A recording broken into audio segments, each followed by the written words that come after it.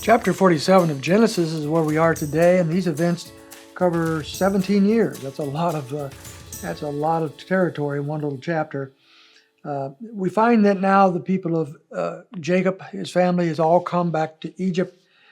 Joseph warns them in the end of of chapter 46. He tells them not to tell the Egyptians that they are herdsmen, that they have flocks of sheep, because that is loathsome to the Egyptians. But when they come before Pharaoh, and he introduces them to Pharaoh, verse 3, they immediately say their servants are shepherds, immediately. We have to wonder, are they just thick in the head? Did they totally blow off Joseph's advice? Or did they have another reason for doing so? We would have to read between the lines to know. Perhaps because they wanted to show their uniqueness. They were going to be Hebrews living in Egypt. They were not going to become Egyptians.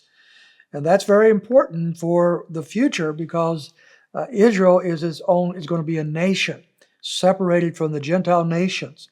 And they cannot assimilate into the Gentile world if they're going to be a unique and a nation as God chose for them to be. So perhaps they were ahead of Joseph on that, and they wanted to continue to show that they're different from the world around them. They're glad and grateful for the assistance they're receiving from the Egyptians because of Joseph, but they're not going to become like the Egyptians. They'll be their own entity. And so they were. Even years later under Moses, they still are separated from the Egyptian. They know who the Jews are. They know who they weren't really a nation yet, but they were Jewish people that would form the nation of Israel. We also find that Jacob is introduced to Pharaoh in verse 7, and he says, verse 9, the years of my sojourning are 130, few and unpleasant have been the years of my life. And Jacob is probably being pretty honest here. As we have traveled through Genesis looking at his life, it has not been an easy life. And a lot of the problems that Jacob has encountered are his own doing, the things he's done, his deceitfulness, his lying, just the various things that he has done over time. We're not seeing a great deal of spiritual maturity in Jacob's life. Even though he seems to worship Jehovah, much of his family are still worshiping idols for a long, long time. So we question his maturity and where he's been, and a lot of his troubles go back to the lifestyle he's chosen to live, and even the way he's compromised in many ways. But nevertheless, we're now here, and he's in the land with the Egyptians, and he's been introduced to Pharaoh.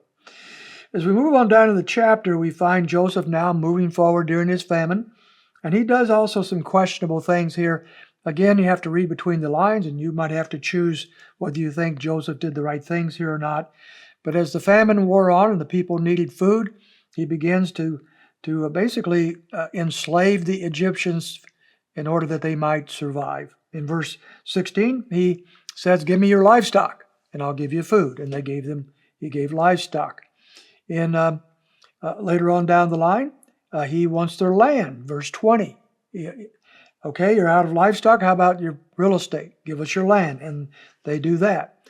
And then later on, he moves them, verse 21, from the countryside to the cities. I'm sure people that lived in the country, the farmers and so forth, the shepherds, the herdsmen, whatever they were, did not like that, but he did that probably for convenience and the necessity of the times. And then he also buys them personally. We find in verse 23, I have today bought you. So now they're going into slavery. So he bought their livestock, he bought their land, he bought them. They're now slaves of Pharaoh. Verse 24, he then gives them back seed, apparently sometime during this process. And he says, I'll give you seed to plant, and you can have 4/5 of that, verse 24, but you're going to be taxed on 20%. So that was the setup at that point. So we have to question, he's basically brought all the Egyptians into slavery. The Pharaoh and the pharaohs to come would have tyranny over all these people. You have to wonder about the fairness of that. But the people themselves at this point in time are not too bothered. It says in verse 25, "You've saved our lives. Let us find favor in the sight of our Lord, and we will be Pharaoh's slaves. So they're willing to be slaves in order to save their lives. And so it's better to be alive, slave, than be dead and independent. We would have to agree. In verse 25, Jacob's 147 years old now. He's about ready to die. We'll pick up the rest of that story tomorrow. But he does not want to be buried in Egypt. He makes Joseph promise that he will not be. And after that, we end the chapter on a high note. And then Israel bowed in worship at the head of his bed. We find Jacob actually worshiping God at the end of his life. 48 and 49 is tomorrow, and we'll follow up on the life of Jacob at the very closing of his days.